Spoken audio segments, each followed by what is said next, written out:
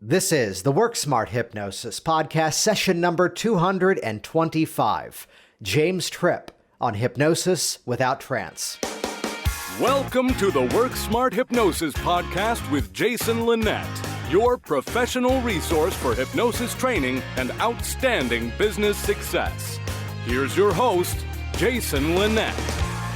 Hey there, and welcome back to the program. It's Jason Linett here with episode number 225, a rather significant number in this 5-year series that is now the Work Smart Hypnosis podcast. And this episode this week with James Tripp is a bit of a special one, not just because of the significance of being episode number 225, but also because you can continue to listen to this program on your standard podcasting apps if that's how you regularly listen to this program. However, when James and I connected to have this conversation, we had the cameras rolling too. So you're welcome to continue listening or stop right here, head over to YouTube or head over to the Facebook page for Work Smart Hypnosis. You can actually watch and interact with this conversation there too. And James Tripp is someone who I've known of for quite some time in the hypnosis profession, someone else who travels the world and teaching a really unique approach to how we work with hypnosis. So looking at that mindset, as he calls it, hypnosis without trance. Which if that's not a title that piques your curiosity, I don't know what else will. But here's a bit of a preview of where we're to go in this conversation. We're going to talk about how the work of martial arts informed the methodologies that now he brings to hypnosis. How it is that he can work with clients in a very non-formal way without the formal close your eyes, let's now begin the hypnotic proceedings, but simply to create phenomenal moments. How do we actually become appropriately, let's call it out, weird in the process and utilize whatever natural trance experiences are there? How do we deal with success in the process? An amazing dialogue around how to deal with perceived, notice the word perceived, failure in terms of how we work, and really getting into the mindsets of even so far as professional growth. How it is we can take those things that we're currently working with as practitioners, completely harness what's working right now, but then realize, here's something else that excites me, and now go off in that brand new direction. So there's a lot of amazing takeaways in this conversation with James Tripp here. So take some notes. This is one you're probably going to come back to again. So you can find all the details, all the links we reference over at the show notes at worksmarthypnosis.com, whether it's the YouTube channel, the upcoming training events, the hypnosiswithouttrance.com website. While you're there too, check out hypnoticbusinesssystems.com. This is the all-access pass to my hypnosis training library. There's no need to have to reinvent the wheel when it comes to growing your business in this amazing 21st century world. So you're going to get some done-for-you campaigns, some step-by-step tutorials to help you to go out there and, as I like to say, make it rain. And with that, let's jump directly into this phenomenal conversation. James, thank you so much for joining me for this outstanding chat. Here we go. This is session number 225. James Tripp on Hypnosis Without Trance. What was that initial entry into hypnosis for you? Well, that's an interesting thing because there's 2 points that I could pick, and there's a long period of time between them. So initially, years ago, I was into martial arts, and I was into some of the more interesting Chinese internal martial arts. And I had one teacher who was really into this empty force stuff, which is knocking people over without touching them. Now, I was fascinated by this when I joined his class, and I really wanted to experience it. And he wouldn't let me. He said, no, your chi isn't strong enough to experience this. So he kept pushing me back. And I'd watch week in, week out, his senior students being thrown around without any touch. And I was deeply curious about this and kind of skeptical at the same time. So I had these 2 things going on. So eventually, after I'd been going for long enough and obviously showed that I was intended to continue studying, he invited me up to this particular spot, which I could say was a spatial anchor in a lot of ways because I'd seen this action happening there. And then he drew my chi out and locked me up and threw me around and did all of this kind of stuff. And it was a really profound, really vivid experience. I mean, it was, it felt like it was really happening. It was powerful. And I went away, but my brain says, but is it really chi manipulation, or is there something else going on here? So what I found is I could actually get a lot of these effects happening in myself. And the first time I experienced an arm levitation was me doing it to myself, having my chi elevate my hand. And I thought to myself, well, I can make it happen. Can I stop it? And yes, I could. I could step out of that reality as well. I mean, when it was happening, it wasn't like I was lifting my hand. It was complete, that sense of non-volition, but I triggered it off. So I thought to myself, is this really chi manipulation or is it hypnosis? I didn't know anything about hypnosis at all, apart from what people learn from movies and that kind of thing. So I went back and I asked him, I said, look, is this really chi manipulation or is it hypnosis? And he said, hypnosis manipulates the chi of the mind. I'm manipulating the chi of the body. And I thought, well, yeah, nice fudge. But it kind of seeded this thing and thinking to myself, there's something going on here.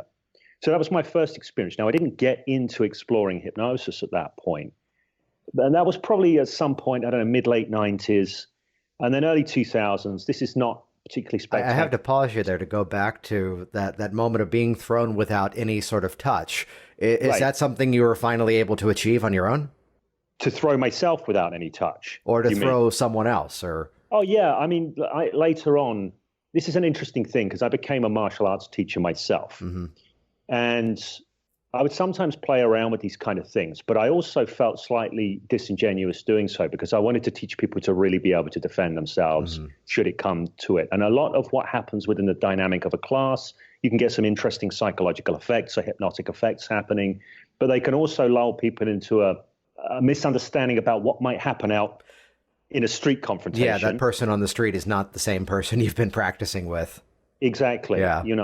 So I find it kind of interesting. Actually, just talking about martial arts, I got into Russian martial arts, Sistema, in the late 90s as well.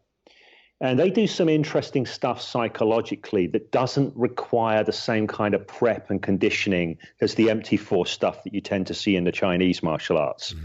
And I think it's more based on psychological principles like pattern interrupts and this kind of thing. And of course, it doesn't always work. So you've got to be ready to have something substantial right behind it.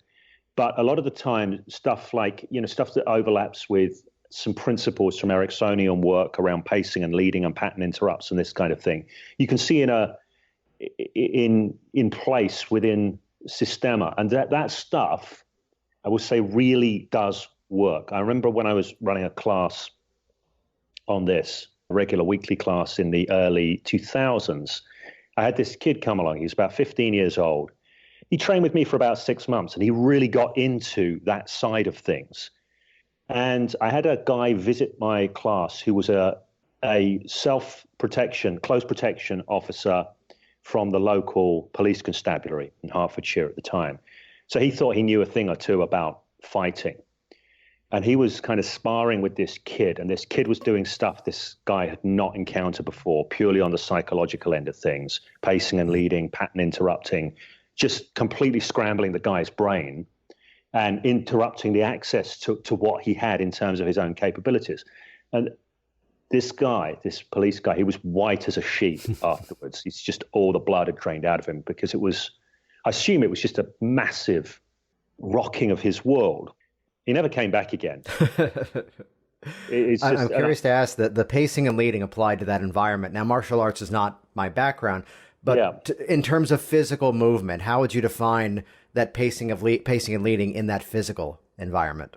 Right. The way I would describe it best, and I actually bring this into my hypnosis skills bootcamp, because the way I teach in a hypnosis skills bootcamp, at least when I have the space, is hugely influenced by the Sistema training paradigm.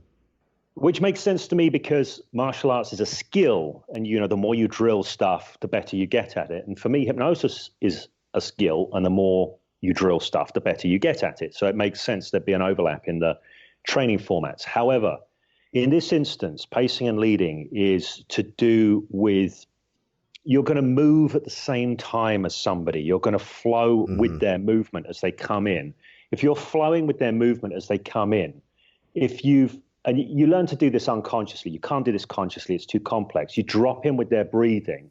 Any sudden start that you do, boxers do it. Good boxers do it. Boxers will use feints and this kind of thing. But to set a feint up, they've got to trick their opponent's brain into thinking they know what's going on, and then change something and then change it back. So basically establishing a rhythm, establishing a pattern, but then interrupting that and using that as the entry point. Right. Yeah. And I suspect I love the Sistema because they really lean into that. But anyone who starts to get experience, say in sports fighting, in ring craft, they're going to start developing these capabilities as well. I fought this guy once who was he was a European kickboxing champion. And he was absolutely amazing at non-physically, just through his positioning, timing, this kind of thing, putting people exactly where he wanted in the ring. It was insane, the level of skill that this guy had at doing this. And of course, it's all non-verbal stuff. And for me, there's a huge overlap with that and what's going on with hypnosis. I mean, yeah, look at the standard rapport strategies that if we're in our head going, I need to sit like you are, I need to move like you are, we're now so completely out of the process that we're just so completely detached. If we're doing these things because that's what's normal, that's what's the natural interaction, that's where we're actually in sync with somebody. Right, absolutely. And I think, and that takes some skill. With martial arts, you have to get out of your head. Right. Because if you're in a sparring situation and you're all up in your head, it doesn't last long. You're being clipped. You're being got to be a fist in your head. Yeah. Yeah. So I think that's really good for helping people get into flow and start to build response sets and skill sets into the body. And for me with hypnosis, I had the same view. I want response sets and skill sets in my body. I want to be able to be in the moment with somebody, work with what's coming up from them. I see hypnosis as a co-creation with the person I'm working with. We're working together. Nice. It's their neurology that's creating the experience. And I can't deny or reject whatever's coming up for them. That has to be accepted and utilized and led in a useful direction. So a lot of that, for me, the way I think about hypnosis probably comes from my martial arts background to a great degree. Yeah, I love that concept of co-creation. Is there a story of, let's say, working with a client where that really can be solidified in terms of describing how that process played out? Yeah, there are actually. I was just, because I'm doing a lot of editing at the moment of old video footage, and there's a piece, I've got it up on YouTube. The thing is about YouTube is stuff gets lost on there. It totally get buried. I've got 300 videos, 350 videos on there. But there's a piece from probably about 6-7 years ago of me doing a name amnesia with somebody. And I'm running a sequence because in my approach to hypnosis, I'm known as the Hypnosis Without Trance guy. And what that means is I generally don't bother with trance inductions.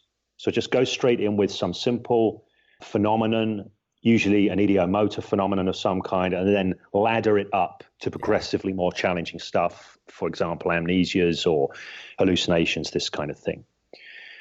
So I'm working with this guy and he's responding beautifully to, I think I set it up with a foot stick to start with, and he responds absolutely beautifully. He's really in there. His foot's solidly stuck. And then I go to segue into a name amnesia, and I set it up the way I'm doing it in my kind of standard way back then. And I said, so what happens when you try and say your name and it's gone? Try and say your name and it's gone. He looks at me and says, Andy.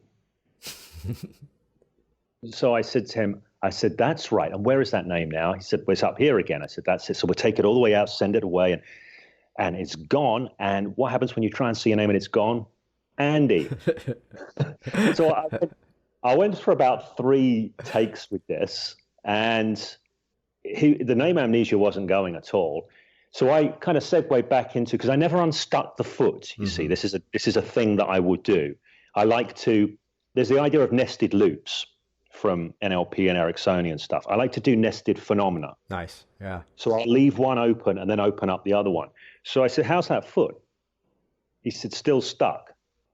I said, and the foot's still stuck. As the foot sticks and the name's gone, try and say that name, Andy. Right. So it's just not happening. And I unstuck the foot and I said, thank you very much. And I said, I'm just curious, what was it like when the foot was stuck?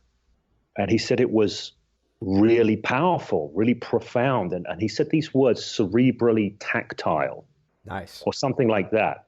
And I said, right. And I just asked him all his words to describe the foot stick. I said, so if your name were to disappear now in a cerebrally tactile way, And I just fed back in. I've got this on video, all the kind of language he's used around the footstick. I said, so what happens when you try and say that name and it's gone now in a cerebrally tactile way? And he's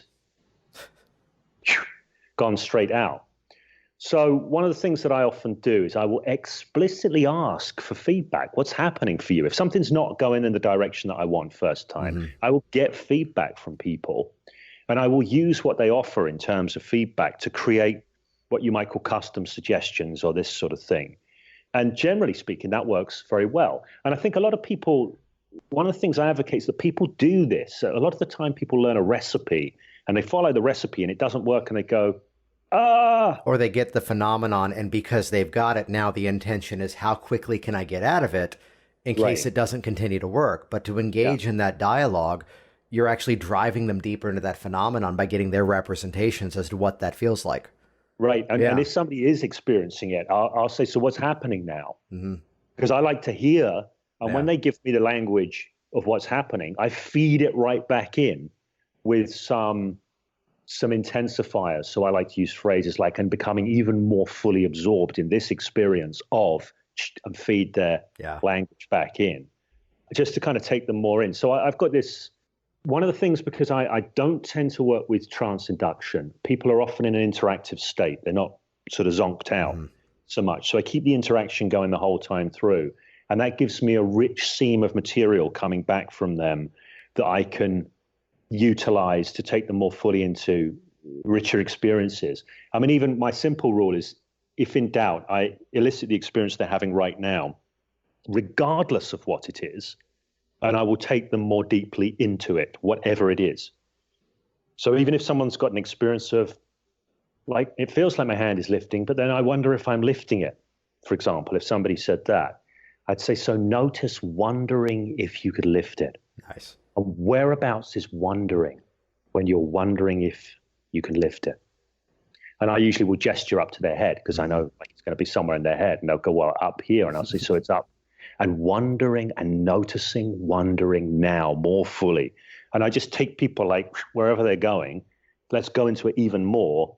And that often creates the opportunity to kind of segue out into something else again. Yeah, which the beautiful ability to loop those moments and just continuously, I love that, to feedback what they're experiencing.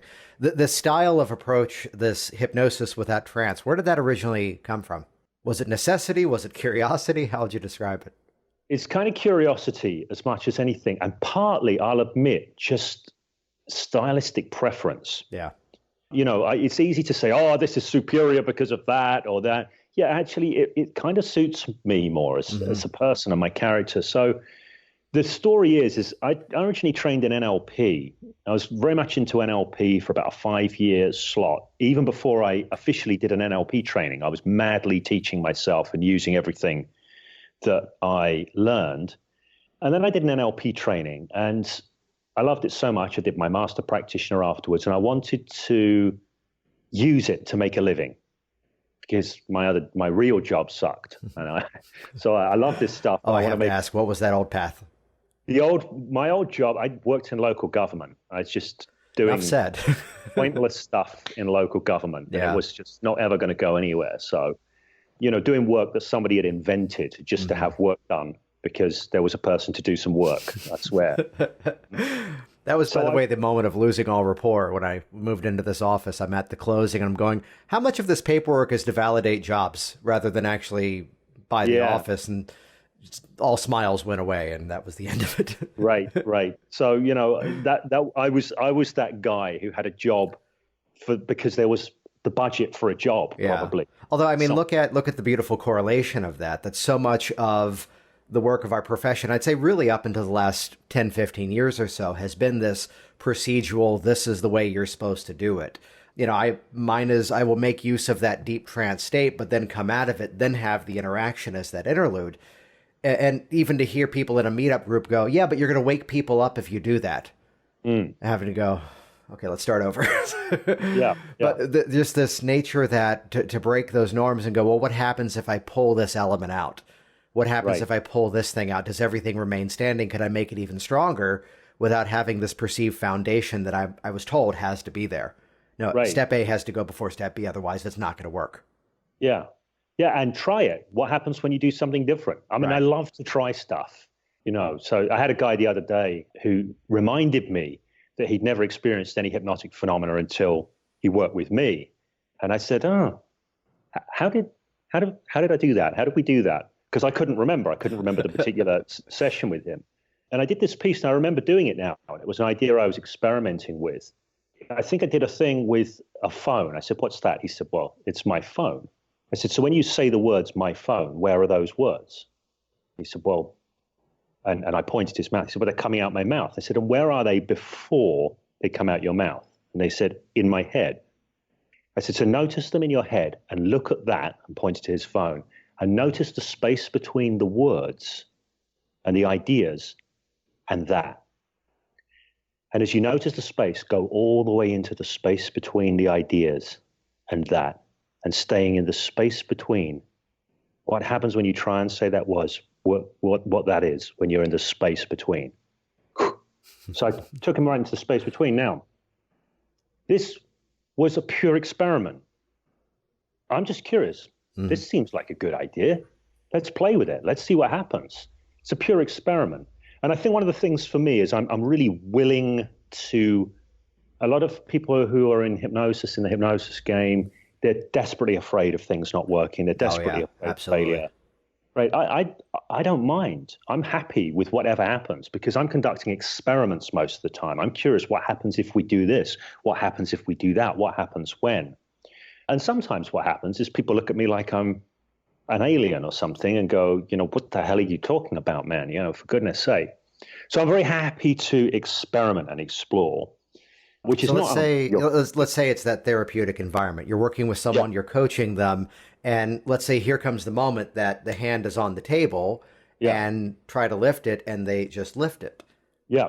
So in that kind of situation, I'm just going to say something like, "Right, because you're not going to believe your hand is stuck to the table just because I say, are you?" Nice. That would be crazy. And they go, "Well, no." Yeah. And I'll say, "So you're able to bring a powerful skepticism. And that is a useful thing. But what I'm going to suggest is there's something you haven't been bringing a powerful skepticism to yet, which is," and I'm going to go into the beliefs that are holding their problem in place. So one of the ways I approach change work is I'm constantly looking to separate people from their beliefs about what's going on. So they've got space for new things to generate. So if stuff I'm creating works, then that's great. I'll leverage the fact that it's working. Yeah. If it's not working, I will leverage the fact that it's not working. Yeah. Well, it's that beautiful thing that the client coming in, and chances are us in the stream of consciousness deal with what emerges style. As they're coming in, they don't know this is exactly what next step is supposed to be there. So it's where I keep having to drill in for new students. It's only a mistake if you say the word whoops. Yeah. It's only a mistake if you go, well, that's not how it's supposed to go. And I was going to ask your opinion on something. There's a beautiful thing that happens in these moments of phenomenon. I'll give you a story to illustrate it. I'm running an event a couple of years ago, and I'm now suggesting this one person isn't going to be in the room. The more you look around the space, you won't find them at all. And what's happening is, and this is a guy who eventually became a friend, and now I can phrase it, that he has the same twisted sense of humor that I do, because his mind is filling in the gap to go, I'm going to get to tease her tomorrow that she missed this demonstration. She was talking about, which was never part of my suggestion, but I love that aspect of asking for the user experience. What's going on there? What does that feel like? What do you think is often going on where, let's label it as that conscious-unconscious divide if we want to follow that model, in terms of we're now suggesting the space between, try to find the name for the phone, it goes further away, try to find your name. What do you think is actually happening within the mind that's making these magical moments happen? Well, I mean, I have a model I call the hypnotic loop, which I've been using for a long time. And it's not true. It's a model. It's a way of making sense of things. Yeah. But it's a loop, and it's got beliefs at the top. And then it cycles round to imagination, and it cycles round to physiology, and it cycles round to experience. Now, I've looked at these labels, and in a lot of ways, I don't like them. So belief could be any kind of understanding, any kind of meaning making that's going on. Imagination, the next point on the loop, is any kind of movement of mind, any kind of mind flow, cognitive processing. Now, we're moving our minds all the time and creating our experience all the time, moment by moment by moment. We're just doing it along an unconscious set of rules we call reality. And people will follow the rails of their own reality, how they've got them organized by default. They never think about it. And they're in an experience all the time and they swear how I'm experiencing this is how it is. But the mind is making that experience. You speak to neuroscientists and say, is the world actually as we perceive it? And they're going to say, no, it's not. The mind is making it up a certain way. As one neuroscientist said, I wish I could remember who it was, the world is illusory. So if you see that bus coming towards you, don't take it literally, what you see, but do take it seriously. Yeah. So, it doesn't really look like that. So we're constantly making the world up. And I think that when people can choose to move their minds in different ways. They just usually don't. They can also be encouraged to move their minds in different ways. They can be facilitated in moving their minds in different ways. And you don't always need to set this up with hypnosis as well. I've just, in January, I stopped doing this. I've stepped back from it because it was taking up too much bandwidth for me. But I worked with military veterans for 2 years, almost all of whom had a PTSD diagnosis. And a great number of these guys, I was not billed as a hypnotist for them. They say, you're going to meet James. James is a coach that can help you out with some of your experiences and going beyond them. I would regularly do things like you just sort of say, so there's a part of you that wants X, and they go, uh-huh. And I go, if I were to reach in now and take that right out, so it's here. Now, a lot of these guys, there's an interesting correlation. A lot of the guys with PTSD are really hypnotizable. Yeah. And I don't know what comes first, the PTSD or the hypnotizability. I wonder if being naturally good hypnotic subjects can unfortunately predispose people. I mean, you look at the classic statement that here's two people in an event and one takes on that condition. The other one kind of leaves it and goes, wow, I'm lucky. That there's some level of receptivity that may suggest why this one, and what was that predisposement? What was that experience before that made them hold on to this? Right. So to look at, as much as I think we can look at any client and go, here's how they're already doing hypnosis, so let's utilize what's there and shift it. Yeah. I think that's definitely in the mix. My suspicion is a tendency to be able to vividly absorb oneself in mind-made experiences. Yeah. Probably, certainly if an event happens, if you want to get haunted by the memory of it, being a good hypnotic subject might be a good way of doing that. It's a positive way of phrasing it. Yeah. So I would pull things out and do quite magical things and get feedback like going, what the hell is that? How are you doing that? Mm-hmm. What would be that reaction when you'd reach in and grab? What would be their feedback in that moment? Because I'm looking at them when I do something like that. I'm looking for the non-verbal tells that they are what I would call psychoactively engaged. Because if I reach in and I pull this thing out, and they're just going, well, and they're paying no attention whatsoever. But I reach in and I pull it out, and I pull it out in such a way that my attention is on it, and I want to see their attention following it. So I want to know that they're like looking at it. And if they're looking at it with eyes like saucers, and I say, so what is it that you see? And I ask, and I'm going to get this interaction as I'm manipulating stuff. Mm-hmm. I want to see that they're continuing to interact with the manipulations. Now, that stuff was already organized in a certain way outside of consciousness, so far as I'm concerned. They're not used. What's different is they're not used to having somebody do this. They're not used to having somebody take an element of their experience. And I bet so, even more so in that environment too. Right. Yeah. So it's an unusual thing, and they'll start. I'm thinking of one guy in particular who was just like, that's incredible. How are you doing that? Mm-hmm. And I said, I'm not doing it. You are. Yeah. Doing it. And you have this capacity to do this and do these things. And maybe up until now, you've been perhaps more the victim of this capacity than the master of it. So, we'll start to demonstrate that they have choices in what they can do and maybe have them relate to their experience a little bit differently. With the military guys, in the 2 years that I was working with those guys, I think one time only I actually used the H word and mentioned hypnosis. But because of the way I work with this sort of hypnosis without trance, I don't do the trance induction. It's easy for me to do that. I don't have to frame it as hypnosis because it can just sort of segue out from a regular conversation. Yeah. I'm just going to start working. I'm always paying attention to how they're spatially organizing, the metaphors they use. So I'm often just going to just start moving stuff about or taking it or interacting with it. Yeah, I'd share, there's a beautiful thing that comes out of that years ago, there was an issue I was running into it sometimes with clients. This goes back like 4 or 5 years ago, where if I had given an unintentional transition, part of their mind flipped into to go, okay, this is where we're now beginning the hypnosis, which in some ways that can be extremely beneficial. In this point, they were kind of now sitting there zoned off and not quite going the direction of the actual change process. Right. So there's something to be said, and I don't yet have clever language around this, but the power of the phrase that different is better than better. To begin something in a slightly provocative format, whether it's reaching in and grabbing it, whether it's just hold your arm out for a second and just focus on the thing getting stronger as we chat for a few moments, of just to give ourselves license that because they're coming into an environment that's different than what they've done before, I don't feel enough of us are really utilizing that as a real strength to really build that hypnotic state rather than think, oh, in 45 minutes after we're done chatting, then I'll see if I can hypnotize this person, which is the beauty of that without trance mindset.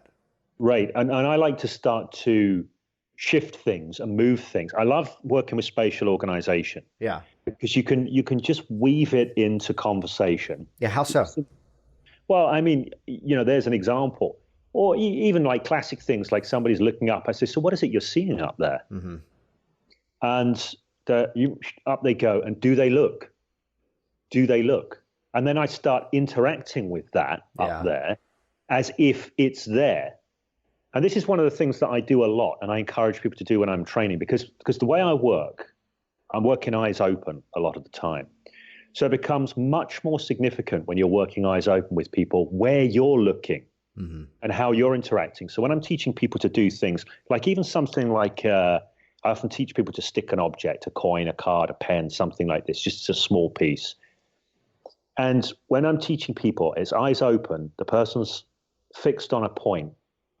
Often people are staring the subject in the eyes, which is distracting. It's pulling them into this social exchange, right? And what I'm often teaching people is, look, there's a time to get rapport and there's a time to step back from social rapport and start, getting them to get into rapport with something, with an experience.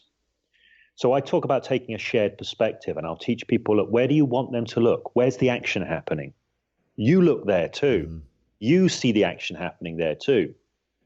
If I want to get a hand sticking, I want to look at that person's hand and I want to experience it sticking. And I want to relate to it as if it's sticking with everything, all my nonverbals, everything. I was bringing in the entire experience as suggestion. I go back to the classic quote from Jean-Eugène Robert Houdin, who's Houdini, became the namesake of. And the quote was that the magician is the actor playing the role of the magician. That if I'm thinking the coin is hidden behind this thumb, and it's a matter of how I flip it out so you make it appear, I'm now just the technician. I'm now basically a juggler. Versus if I'm looking at that pocket of air, and I firmly believe that that coin is in that pocket of air, and I just have to pluck it out, and that's what makes it appear. Right. If I'm believing that, I'm now telegraphing that with everything in my presentation, the audience is more likely to go there with me. Right. Absolutely. Yeah. And this is a huge thing. I mean, again, so I've got the martial arts in my background, but I also, for a while, was a semi-professional close-up magician. So as a semi-professional or as any kind of close-up magician, when you get into the skill of that, you start becoming acutely aware of where people's attention is for a start, really monitoring that moment by moment by moment. And you also become quite adept at leading people's attention, shifting it from place A to place B. And for me, this is all about nonverbal suggestion, shifting attention in this way. So going back to that point about in conversation, how do you start eliciting responses? You see, a lot of people, when they're learning hypnosis, they worry, is it working? Is it working? Is it happening? And my answer to that is stop asking, is it happening? And start asking, what is happening? Nice. And what happens when? So if I say to somebody, and I direct their attention over there, does their attention go over there? This is a good piece of information for me because I know they're responding to suggestion. If their attention is shifting as I'm directing it, they're going to be on a conscious level unaware that I'm directing their attention in various ways. But I'm aware of what's going on, and I'm building a response set, and I'm monitoring whether they're responding. And that's going to inform me as to whether I want to now go for something bolder. Am I getting the sense this is a responsive person? Am I leading this dynamic? Do I want to go for something bolder and suggest something that is more outside the bounds of their anticipated reality? Mm-hmm.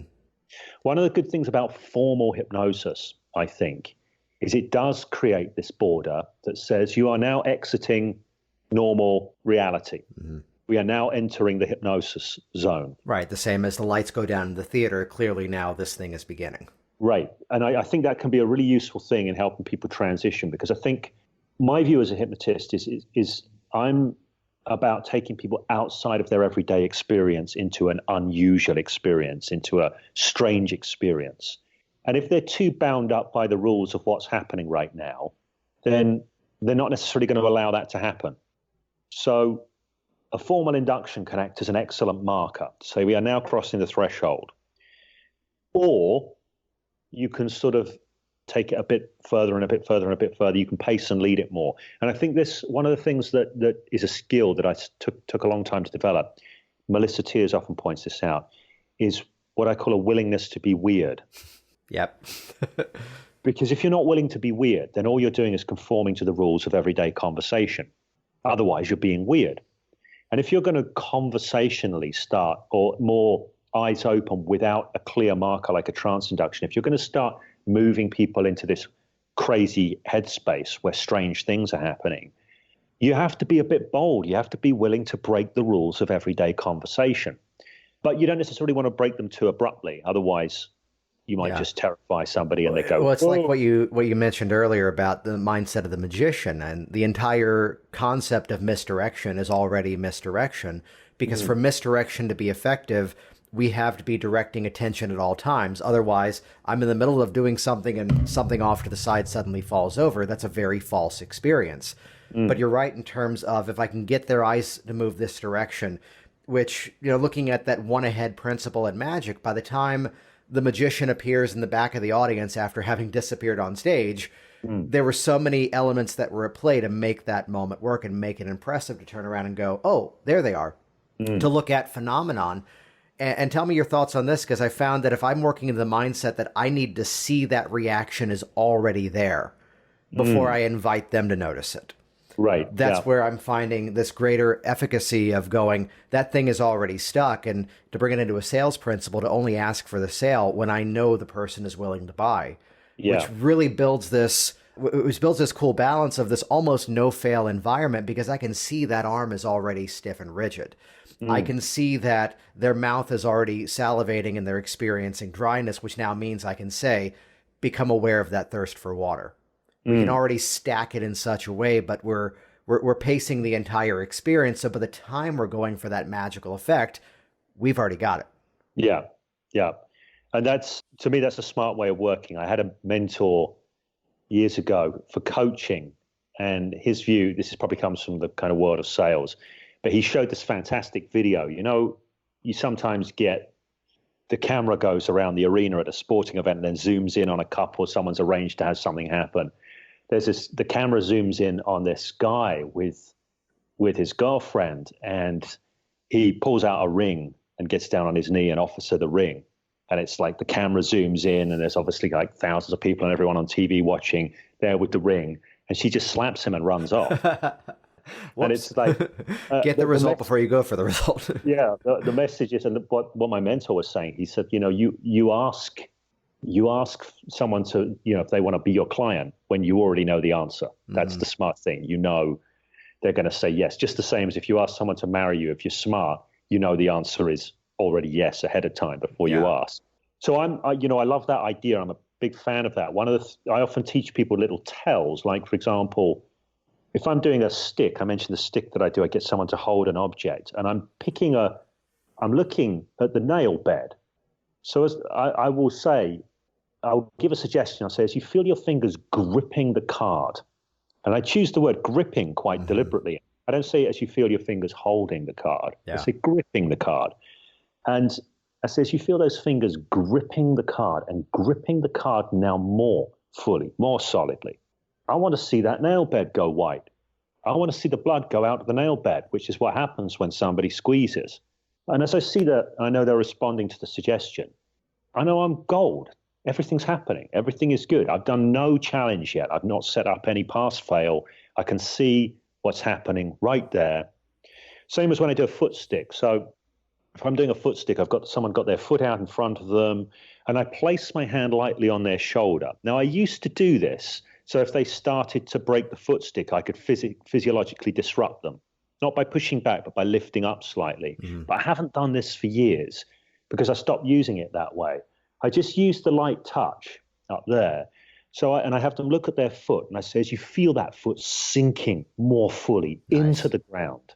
As I say this, I feel the light pressure I've got get lighter because the direction of travel of their physiology is down there. Their whole system is moving down into the foot that's sticking into the ground. I know they're responding. So I'm fine. There's no risk in me saying, and it continues to stick more fully. Try and unstick it as it sticks more fully into the ground. I know I'm good to go because the information was there before, it was brought into the sphere of consciousness of either them or the observers or whatever's going on. So I like to do things like that. And this is the thing, if people tune into this kind of thing, people are so often so concerned about the risk. It is pretty much risk-free. Right, yeah. There's you're, nothing. You're seeing that arm already extending and stretching and locking in place. Yeah. You know it's already stuck. You're seeing the eyelids squeezing all the way down. You've already got that. Right. Yeah. There's no risk. And I think what happens, I'm guessing, when people are learning, and I'm sure this was true for me as well, is people get often too hung up on the recipe. They're trying to remember the words of the recipe.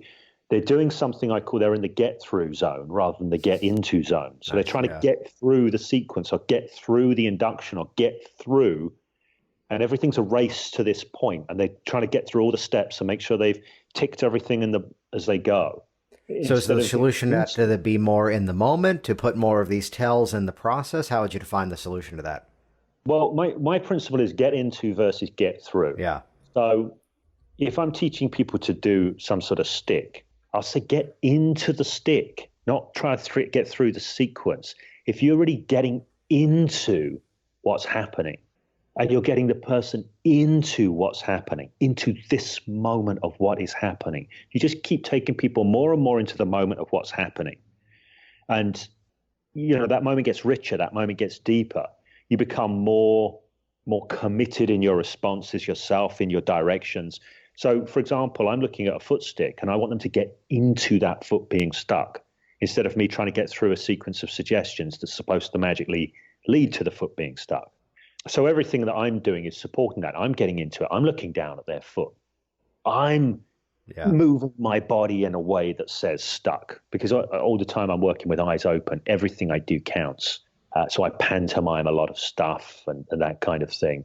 Because I'm getting into it. Like if I'm doing a hand stick with somebody and their hand's stuck down, by the time I know it's stuck, I'm going to say, take hold of your wrist, take hold of your wrist. And then I'm going to go, take hold of your wrist, really try, really. Yeah.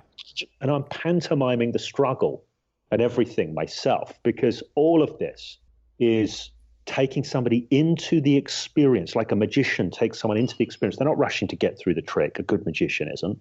They're taking them into every moment, every part of the experience. Like if you value everything that you're doing in a sequence, instead of seeing most of it as being about getting to this amazing point at the end, I think that creates a far richer experience and is more conducive to engagement for the person that you're working with. That's my get into principle rather than the get principle. So now that we've got them into that phenomenon, we've got them into that magic moment, how do you classically then make that pivot into the actual change process? Again, now their eyes are open, something magical is going on that's, I love the word weird, something's going on that's outside of the ordinary. What tends to be that pivot for you in terms of now linking that to why they're in front of you, why they're there for that coaching experience?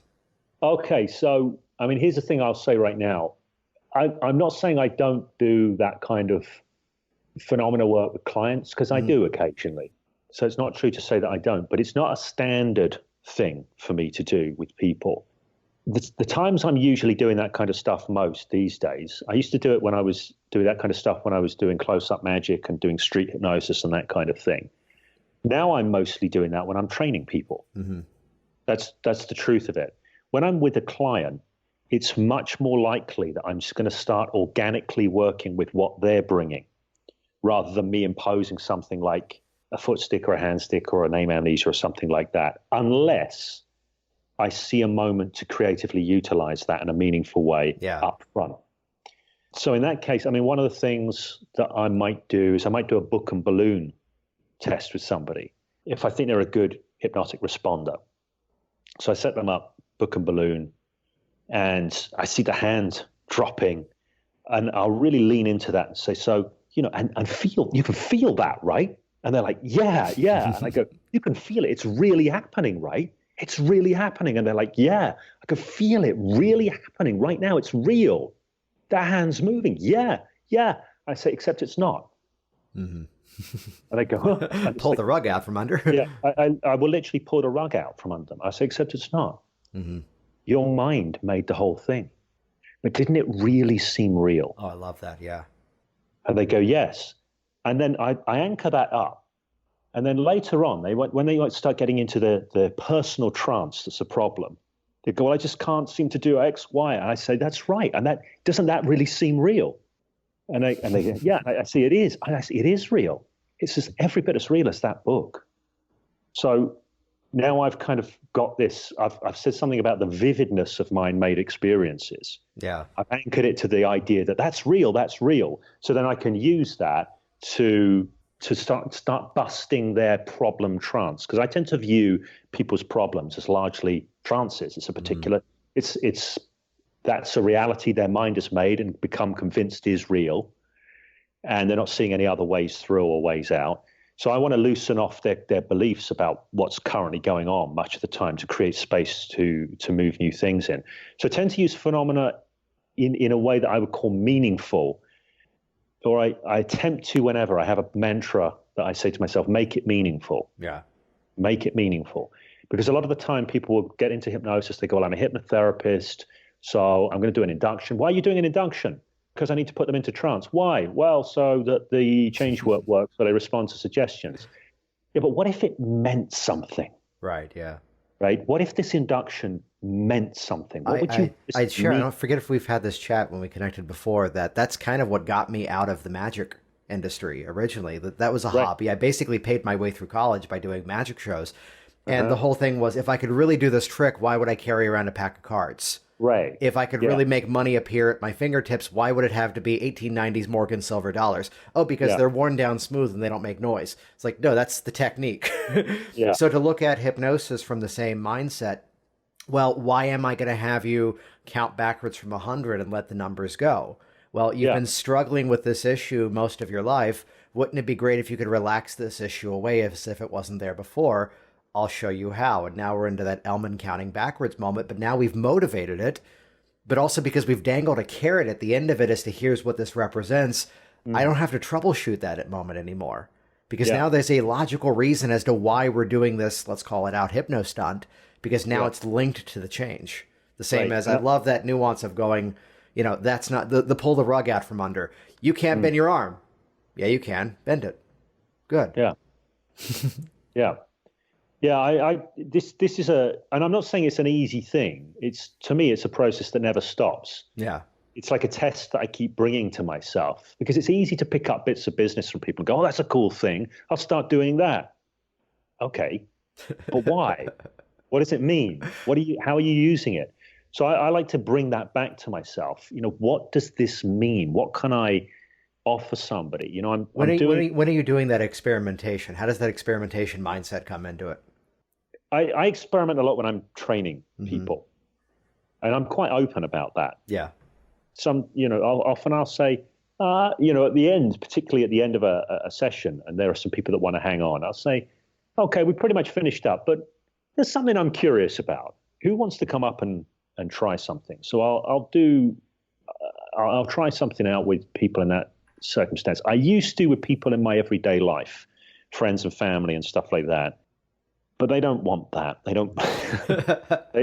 They don't want me to be kind of like trying to use them all the time as experimental fodder. Although there was a phase in my life where that was a useful and necessary thing. Mm-hmm. I occasionally play around with clients with that kind of thing, but I tend to allow myself to go into flow. I always have this thing where I part allow myself to go into flow, but I will disrupt that from time to time to stop myself going on autopilot and always tending to do the same things. So I will bring new ideas in, but I do spend quite a lot of time in my own head, playing with, kind of geeking out about new possibilities. And that's when I go, right, the next client I see, I'm going to just I'm still going to do all the stuff that I do to help them out. But I'm just like do a little bit of, I'm going to just try this idea out and see what I can get happening with this. That is one of those aspects that, as I've done 200 plus of these over the last 5 years, that aspect of that willingness to go into a session and yes, let's go in there and let's give the client our full attention. Let's go in and really help them facilitate this change. But also at the same time to occasionally have the moment, mine was about 6-7 years ago, going, I never do arm levitation just because I've not motivated it. So this week, every session, I'm doing arm levitation and I have to figure out why I'm doing it with that person.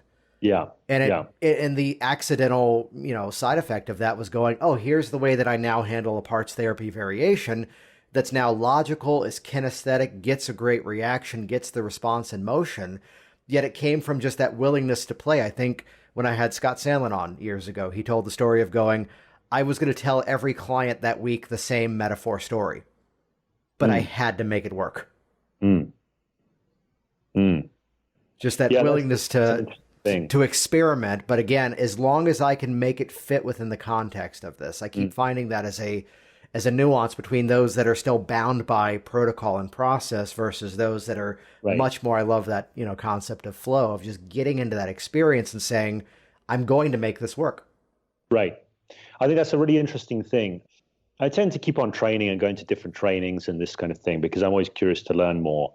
And I think it was a couple of years ago, I went to do a certificate in evidence-based hypnotherapy practice, in cognitive behavioral hypnosis, I think they called it. But it's basically a sort of CBT-grounded hypnosis school. And they were rolling out all manner of statistics about things. Mm-hmm.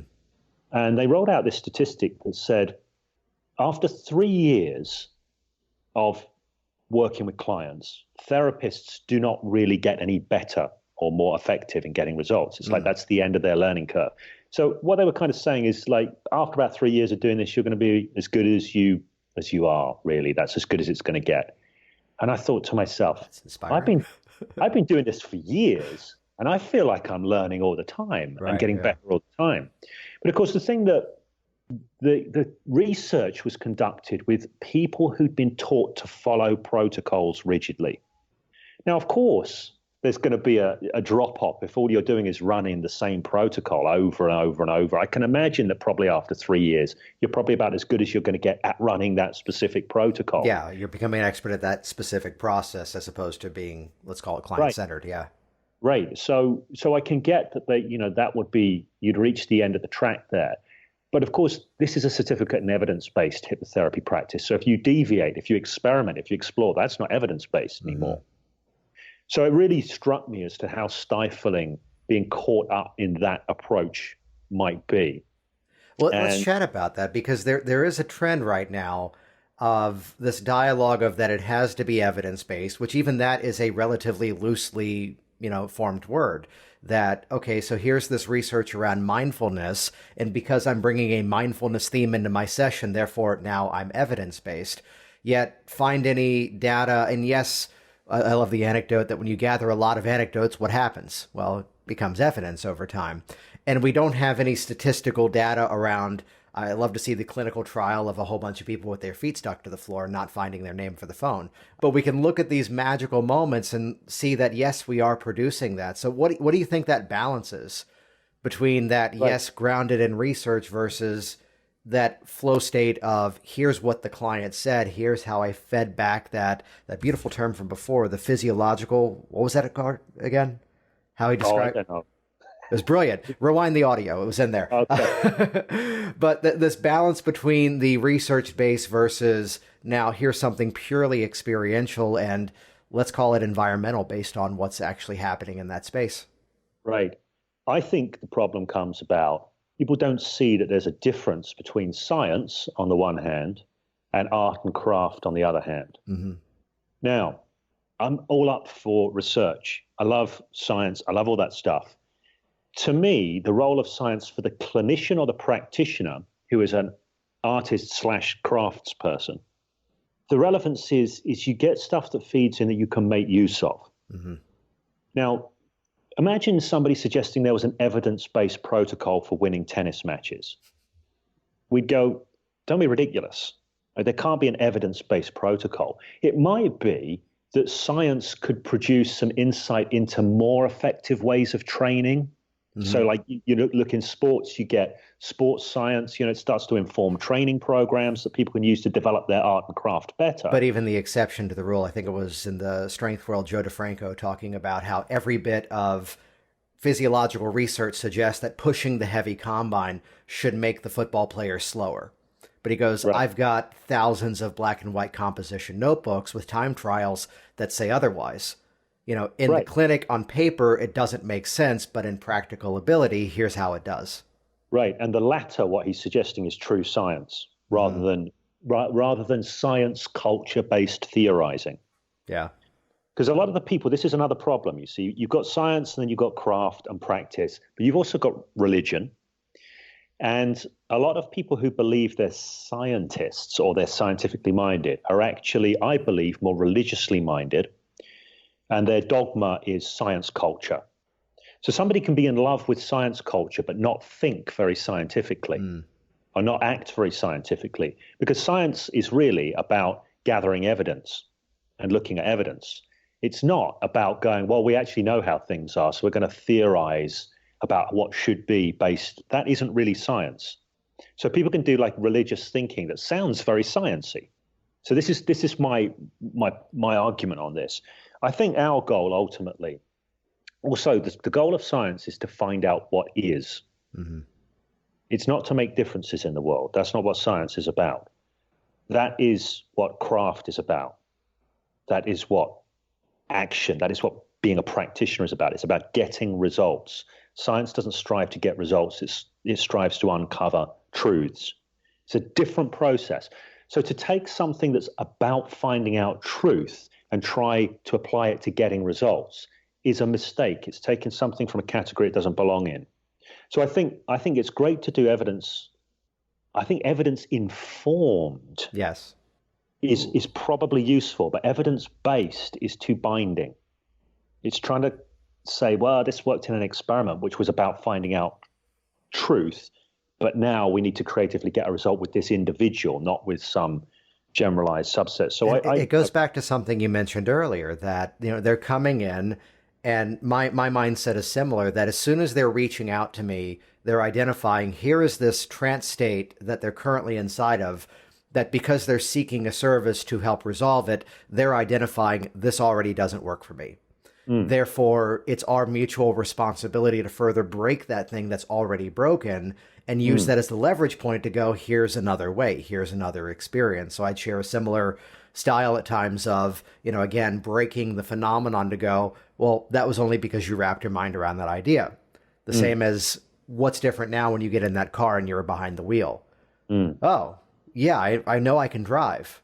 Good. I got time. Let's go outside, which was a very interesting thing last week. But to look at, again, that I love that mindset of the informing of the process to go, here's where we can use it to a certain extent, but at the same time, that mindset of delivering, let's call it out, the hypnotic experience. That's part of their back to the scientific mindset. That's why that person in some way is reaching out to a person who holds on to that role, that title of hypnotist. That's part of that perceived dialogue. Right, yeah. And also, that's the thing. If someone is reaching out to you because you're labeled a hypnotist or a hypnotherapist, They're not looking for CBT. They're not looking for science, probably. I mean, sometimes you can weave that into the mix. I'm happy to bring scientific frames if I think that's going to be useful for people. But often they've already bought into a non-scientific version of things anyway. Yeah. So, to me, that seems like that's the smart thing to leverage. I think the other thing about science is if we decide that the protocol is correct and right, then the protocol becomes the thing that we follow and not the client. And I've seen this a lot because with working with the organization, Rock to Recovery UK, which I worked with for 2 years up until January, everybody we see, everybody has been, or almost everybody has been through the official military recovery units before they got medically discharged, or as they were being medically discharged, and or been through the evidence-based protocols prescribed by the National Health Service in the UK, which are all EMDR. And I'm not knocking EMDR because I think EMDR has a lot of value within it. But I think when people are operating from rigid protocols and not really paying attention to how the client is responding, problems come about. So basically, everybody that we work with almost has largely been failed by evidence-based practice. But at the same time, I'm sure there are people who go through that program and they see results to say that, well, here's why we have options. Here's why there's two sides of this. Right. And so I'm not, I wouldn't hold that up as evidence that evidence-based practice is not good. Yeah. We're just going to see the people that it didn't help. But what that means is they want something very different from us. And what they get from us is flexibility. What they get is something very personally tailored. Rock to Recovery build themselves as the non-clinical alternative. And that's what we do. So we will use anything. I say we, I'm not currently, I've just stepped back from this recently. But, whilst there and the team that is still there, will use anything creatively that makes a difference. And it's about paying attention to difference that's being made. Is it making a positive difference? Yes, let's do more. Do we need to change direction with this particular client? Do something different? Yeah, and we've done all sorts of things where we use anything from the world of hypnosis, therapy, voodoo, tales of Zen masters, or even getting someone a dog, which we did recently, which was transformative for this person. But it was clear because the best time this guy had in his life was when he was training a dog. He really enjoyed training dogs. It gave him focus. It gave him direction in life. And this is somebody who'd ended up being basically largely a shut-in, a recluse. So we got him a difficult dog to train, to get him back out, going out in the world, training the dog, having a focus, a sense of direction in his life. There was no evidence-based protocol. It's just that he talked so much about, there seemed to be so much resource attached with his time training dogs that it just made sense. Well, we'll get the guy a dog. That's going to help, right? Yeah. So, being able to just literally find out what's going to work for this client and tune into that, I think is a powerful thing. And in the mix, there might be certain things that have come from experimentation and experimental frameworks to go, well, here's an idea to try. So I like the idea of evidence-informed rather than evidence-based. Yeah, and I tell you what, before we begin to wrap it up, I'd ask you a little bit more of a personal question, which comes to, you brought up here's something that you had been doing for a number of years and then decided to step away from it. And I'd imagine here's a thing that was working rather well for you, yet you saw other opportunities to follow. How do you go about making that decision as to where that next step takes you? Well, I got into doing that work because a friend of mine, who's a long-term friend of mine, had been asking me for literally years to come and work with their team. And I always had other things going on. And when he originally asked, I was going off traveling around the world. I said, look, I'm going traveling around the world for a year with my family. So no, that's not going to happen. But when we got back, and I decided I would do it, I would go and I would do this because I thought it would be an interesting thing to do. It would give me the opportunity to explore with a different client base where I'm not framed as a hypnotist up front. Yeah. Right? How do I get to use my skills when I don't have that framing? And that was an interesting thing because it changes a lot. So for me, that was an interesting thing to do developmentally and brought new challenges from which I grew. And then there was a certain point, and I'm purely selfish with this, it was difficult to stop doing that work. My own growth curve, I think, had stopped paying so many dividends. You know, the 80-20 principle, I got my 80% gains from my 20% work. And it was starting to become dominant and taking over a lot of bandwidth for me. It was difficult to leave because it's valuable work. There's a lot of people in need there. And the organization I'm working with, we keep good records and have have been externally audited because we're using Voodoo, basically. The funders insisted we were externally audited by a team comprising a clinical psychologist and a psychiatrist who were blown away by the fact that we were getting results way above what we should have been getting statistically. So I'm aware it was valuable work, but I also was aware that it stopped being aligned with the direction of travel for myself and my family and what we want to create out there in the wider world. And it was taking up too much of my bandwidth. So it was a hard decision to come to, but I decided I would step back for a while. And I'm still technically stepping back at the moment. And once I got some other things in place, I may start to do maybe a day or two a week back there, or maybe not. I don't know. We'll see how it unfolds.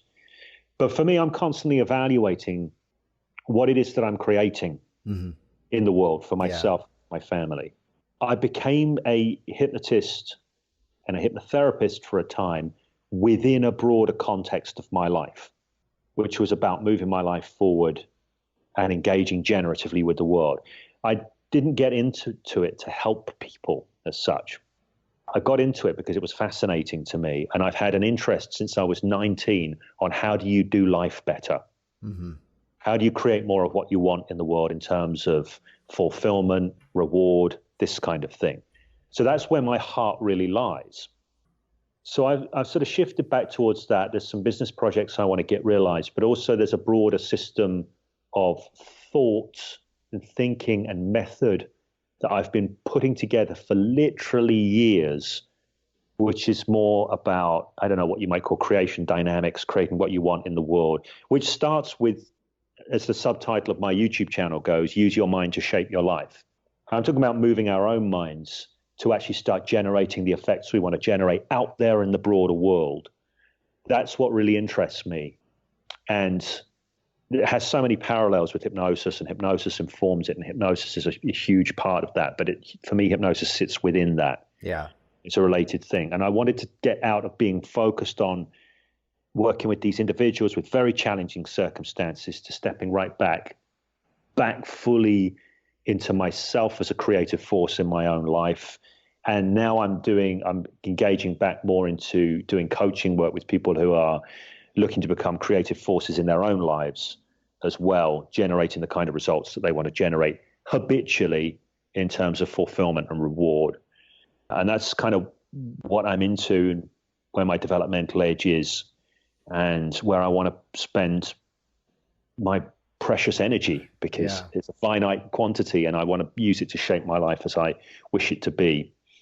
What's that beautiful discovery that just because you're good at something doesn't mean you have to do that exact thing the rest of your life. And to harness, here's the experiences that help to create. Here's the learning, the advancement of your own methods that came from doing that. Yet to go, but I think it can go to this other audience now, and that's what excites me. I think I meet a lot of people who are successful in the work that they do, but that level of comfort is often that biggest danger. Rather than going, well, let me test this out, see what happens. If it goes, fantastic. If not, let's go inside of that experience. What will that inform me? Let's use all these hypnotic principles back upon ourselves to go, well, what can I now turn this into? What can I now use this for? Right. And that's, what you're saying there is so resonant with where I've been at recently. It's a huge realization for me that part of my unconscious programming, the unconscious hypnotic trance that I've been living through, is the idea that got installed in me when I was young that I needed to be some kind of professional. I have a profession, a craft that I do. And a number of years ago, I had a mentor of mine say to me, he said, stop being a working class hero and start being the creative genius that you are. Nice. And at the time, I was like, he saw something I couldn't see in myself. And I sort of said to him, I said, look, I'm not that much of a working class hero. I'm actually quite a lazy guy. But he was talking about paradigms. And I was operating from this paradigm of like, I've got to have a profession. I am a professional X. I'm a professional coach. I'm a professional change worker. I'm a professional hypnotherapist. Instead of thinking in terms of actually, what are the differences that I want to create in the world? Mm-hmm. You know, in terms of the broader world out there and the life within my family and this kind of thing. And what is it that I want to bring into the world that wasn't there before? And that's the real shift that's happened for me is grounding fully in this idea that I'm here to bring difference into the world in a variety of different ways rather than to be a hypnotherapist or a coach or a trainer or a whatever. So that's the kind of big shift. And that point that you made about like what you're good at isn't necessarily what you ought to be doing. You know, I have been caught in the fact that I have got uncommonly good results doing change work for the last few years, particularly. This particularly shows up within the ROTS recovery context because every single client is followed up by the organization. And if you don't get good results, you don't stay working with the organization. So I know I'm good at doing that, but it isn't really where my heart lies. Yeah. And that was the thing. It's moving to that point of going, actually, I'm better off doing something that I might not even be as good at. But it's where my own developmental edge lies. It's where my passion lies to discover more. So as a creator in my own life, I have a track record of success, but it's an area where I have so much more to learn and I'm constantly up in the game. So I have a fresh level of enthusiasm for that. So that's totally where I'm at right now. Beautiful. James, this has been fantastic. Yeah, it's really good to connect because we've never really had the opportunity to have more. That was the comment of going, how have we not talked? I know we've been around each other, but it's where my favorite conversations in this series have been the ones where this is the first time actually chatting after nerding out about YouTube and Facebook before we hit record here. I know you're going to be at Hypnothoughts Live 2019. What's the presentation that you're doing there? I'm actually doing 2 presentations there. I'm doing one on non-verbal suggestion and the other one is on hypnotic improvisation. So having thought about, well, what is it that I think that I'm not saying I uniquely bring, but what are the areas that I think I tend to lean into more than a lot of other trainers is definitely the improvisation side and the non-verbal suggestion side. So I decided I would specialize on those. And my post-conference workshop is on both of those, hypnotic improvisation and non-verbal suggestion. And the website they can check out is Hypnosis Without Trance. What's the extension off that? That's a .com, hypnosiswithouttrance.com. So yeah, I need to update the events page on there. I'm right there with you on that problem. Yeah. And we'll link to everything over in the show notes at worksmarthypnosis.com. You mentioned your YouTube channel there a couple of times. Where should people go to check that out? So my YouTube channel is called James Tripp Chaos Wave. Nice. Which has a whole story in and of itself. The subtitle of the channel is Using Your Mind to Shape Your Life. So there's a lot on hypnosis, NLP, various other mind tech things. Originally, it was a strict hypnosis channel, but it's evolved across time and it's going to continue to evolve because I've got some really cool new stuff in the pipeline that's going to be coming through there.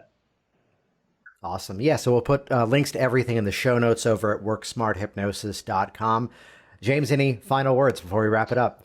No, really enjoyed this. So thank you for having me on here, Jason. And I look forward to seeing anyone who's at Hypnothoughts and having conversations. And we'll get to have a deeper conversation still, I think, at Hypnothoughts. Jason Linett here once again, and as always, thank you so much for interacting with this program, for leaving your reviews online, for especially sharing this one on your social media streams, whether it's the podcast, whether it's the video broadcast of it too. Once again, head over to worksmarthypnosis.com, find the episode associated with this release. That's where you can find all the links to keep up with James, subscribe to his YouTube channel, learn about the upcoming training events, and while you're there too, check out hypnoticbusinesssystems.com. The all-access pass to my hypnosis business training library. Hey, it's Netflix for your hypnosis business. It's the roadmap to create your own success, grow your own passion, and help a whole lot of people along the way. Check that out, hypnoticbusinesssystems.com. See you all soon. Thanks for listening to the Work Smart Hypnosis podcast at worksmarthypnosis.com. Hey there, it's Jason, and I want you to be one of the first to find out as we upload amazing new content. So do this right now. Click the subscribe button right here on this video. That's going to link you to our YouTube channel here, and you will be the first to find out as new resources and downloads are made available. Do it now.